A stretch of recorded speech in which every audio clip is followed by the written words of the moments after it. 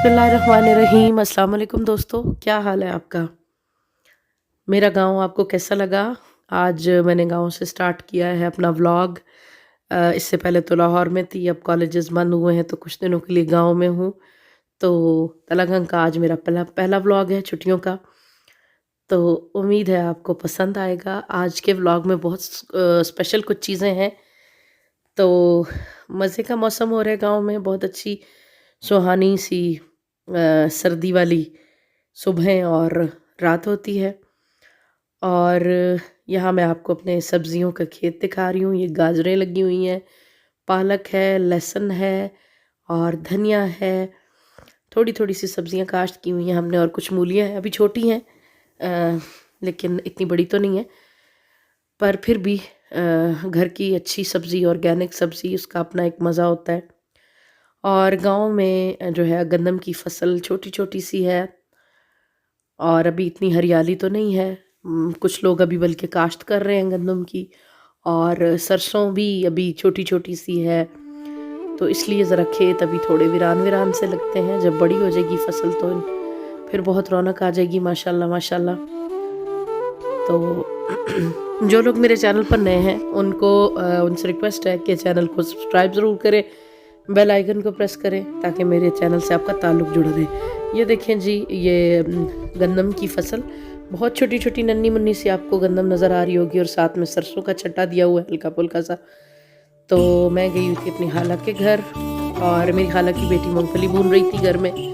आपको आज दिखाती हूँ कि घर पे कैसे मूँगफली हम लोग भूनते हैं। तो ये रेत जो है उसको अच्छी तरह से गर्म करके उसमें मूँगफली की जो है बुनाई की जा रही है और लोहे की कढ़ाई ख़ास तौर पे इस मकसद के लिए यहाँ पे घरों में इस्तेमाल की जाती है। और ये एक स्ट्रेनर है लोहे का बना हुआ जो रेत निकालने और छानने के काम आता है। तो घर पे ही इसको भून लिया जाता है। वैसे तो तलागंग में भी जगह-जगह भट्टियाँ हैं और बहुत अच्छी बुनाई उसमें हो रही है, कमर्शियल बुनियादों पे बल्कि काम हो रहा है और बड़े रीज़नेबल प्राइसेस लेते हैं तलागंग में। तो लाहौर में बहुत एक्सपेंसिव है। मैंने 1-2 मरतबा पठानों से बुनाई करवाई मूँगफली की, तो वो इतने की मूँगफली नहीं होती जितने की वो बुनाई ले लेते हैं।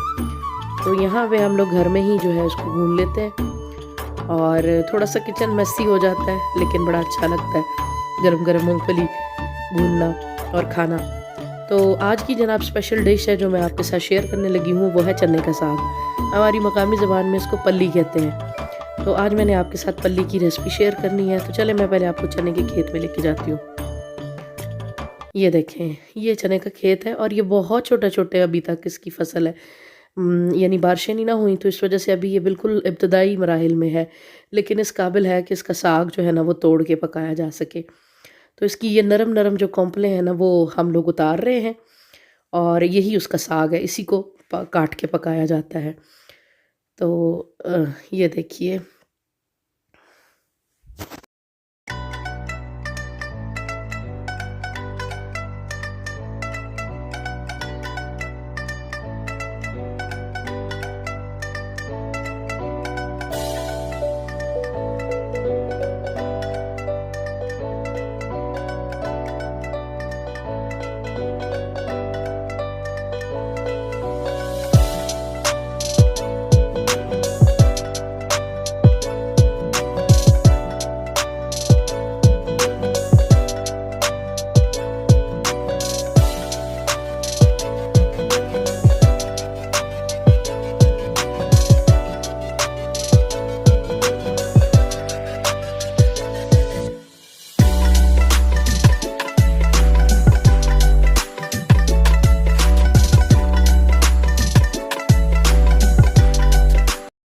जी, तो ये है मेरी मदर इन लॉ का गाँव का किचन और इस किचन में हमने ये जो अंगीठी है लकड़ियों वाली, इसमें हमने इसको साग को बिल्कुल देसी और रिवायती अंदाज़ में बनाना है, जैसे बनाया जाता है।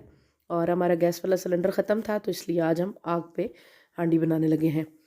तो चलें स्टार्ट करते हैं। आग मेरी मदर इन लॉ ने जला के और ये जो है ना मट्टी की हांडी, इसमें पानी बॉयल होने के लिए रख दिया है क्योंकि उबलते खौलते हुए पानी में जो है वो साग ने पकना है।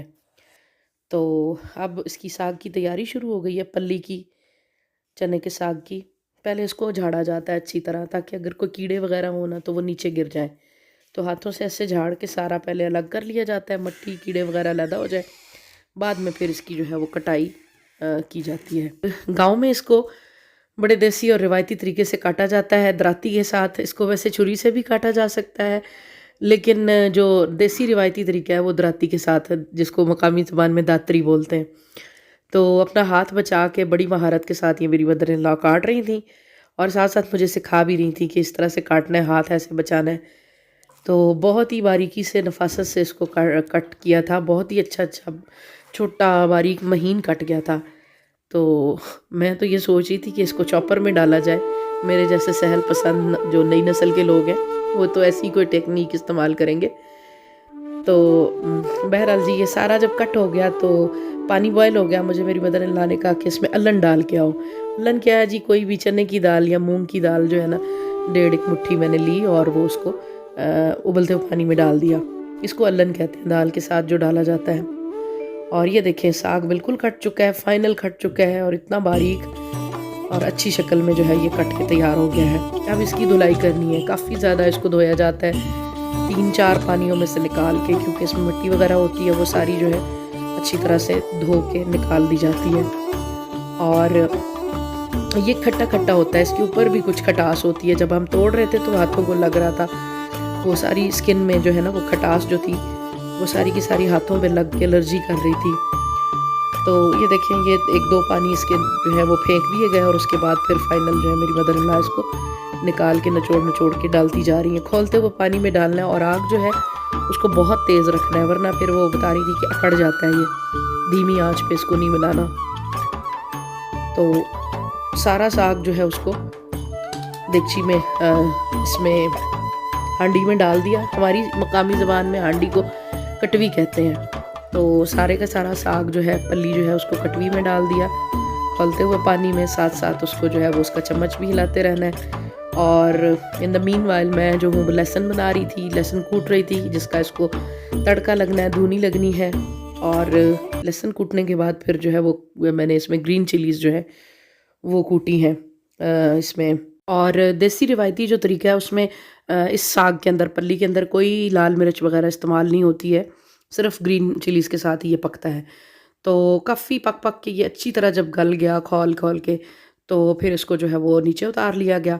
और उतारने के बाद इसमें से जो एडिशनल पानी था, जितना भी एक्स्ट्रा, वो सारे का सारा गिरा दिया गया।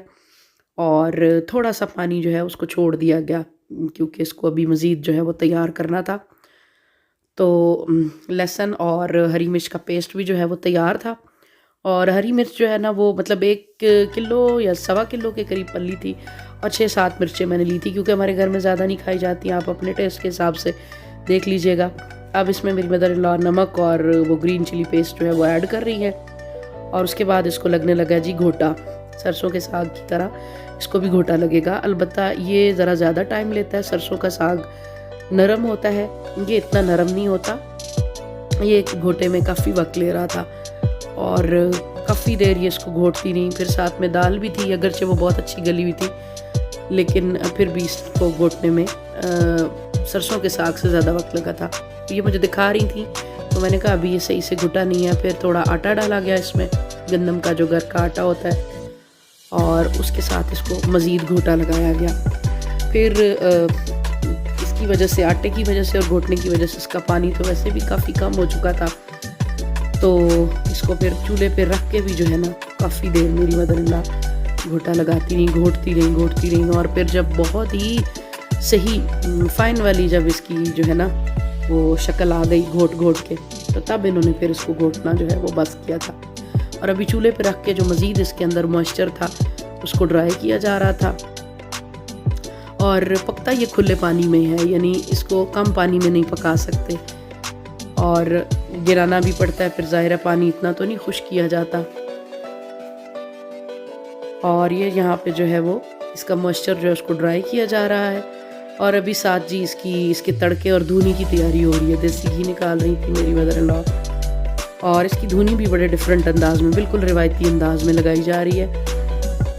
हमारे गांव के अंदर घड़े होते हैं, तो घड़ों के ऊपर जो ढक्कन होता है छोटा सा, ये देखें, इसको इस मकसद के लिए यूज़ किया जाता है। इसको आग में तपा लिया जाता है, खूब ही कोयलों के अंदर गर्म किया जाता है राख में, और फिर इसकी राख झाड़ के साफ़ करके इसके ऊपर जो है ना वो लहसुन और देसी घी उसको रख के तड़का लगाया जाता है। अच्छा, ये बड़ा पुराना तरीका है, बहुत देसी तरीका है। तब लोगों के पास एक्स्ट्रा बर्तन नहीं होते थे, फ्राइंग पैन नहीं होते थे, लेकिन सीना बसीना ये तरीका चलता आ रहा है और अभी भी ऐसे ही होता है। तो इसको वैसे फ्राइंग पैन में भी तड़का लगाया जा सकता है अगर आप ऐसे ना लगाना चाहें, लेकिन ये बड़ा रिवायती सा तरीका है।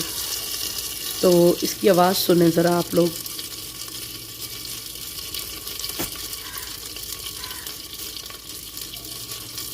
इसको कहते हैं ठीकरी की धुनी लगाना, हमारी मकामी ज़बान में इसको ऐसे कहा जाता है। तो अब इसको सारे को मिक्स कर दिया, घी वगैरह मेल्ट हो के अंदर चला गया इसके, और उसको मिक्स करके अब ये बिल्कुल रेडी हो गया जनाब, बिल्कुल फाइनल अब ये तैयार है। और लहसुन की इतनी अच्छी खुशबू आ रही थी, बहुत ही अच्छा इसका अरोमा आ रहा था। तो ये देखें, ये इसकी फाइनल जो है वो लुक है।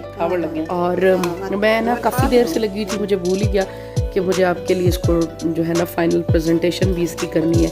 तो ये रात में फिर जो है मैं जब गर्म कर रही थी इसको खाने के लिए, तो तब थोड़ा सा मैंने क्लिप बनाया, डोंगे वोंगे में डाल के, या कहीं इसकी फ़ाइनल प्रेजेंटेशन मैं नहीं कर सकी, मुझे बिल्कुल भूल गया। तो मैंने तो रात में नहीं खाया क्योंकि नहीं था मेरा मूड हो रहा खाने का। मैंने इसको सुबह फिर जो है ना नाश्ते में पराठों के साथ खाया, और बहुत बहुत मज़ा आया पराठे के साथ, इसका बहुत मज़ा आया। और हमारे इलाके की बिल्कुल ही ये रिवायती सी डिश है।